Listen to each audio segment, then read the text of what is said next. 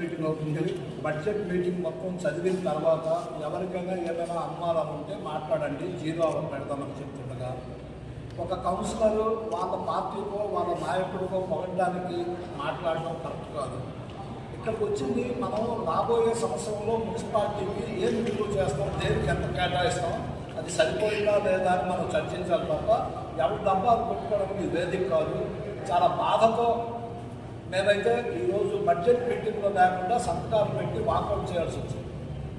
ఇంకొక విషయం సార్, ఈరోజు గత గవర్నమెంట్లో వైఎస్ జగన్మోహన్ రెడ్డి గారు ముఖ్యమంత్రిగా, సీదిరి అప్పలరాజు గారు ఇక్కడ ఆ రాష్ట్ర మంత్రిగా, ఈ నియోజకవర్గం శాసనసభ్యులుగా ఉండి ఇదే వాటర్ ప్రాజెక్టు పనులు శంకుస్థాపన చేసి కొంత పనులు జరిగాక గవర్నమెంట్ మారడంతో ఎవరు ఆపింది ఎవరు చెప్పండి ముందు.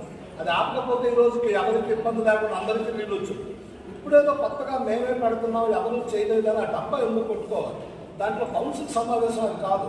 ప్రజల దగ్గర మాట్లాడండి. ఎలక్షన్లో మాట్లాడితే ప్రజలు ఎలా ఉంటారో అర్థం చెప్తారు తప్ప ఈ బడ్జెట్ సమావేశాన్ని ఒక పార్టీ కార్యక్రమంగా మార్చుకోవడం చాలా బాధాకరం. అందుకు మేము చాలా బాధతో ఈరోజు వాకౌట్ చేయాల్సి ఉన్నప్పటికీ ఒక ప్రజాప్రతినిధిగా మాకున్నటువంటి ఆందోళన 2,40,000 slot house 25,000, 40,000, 45,000, 50,000 garbage collection charges 48,000, 1,00,000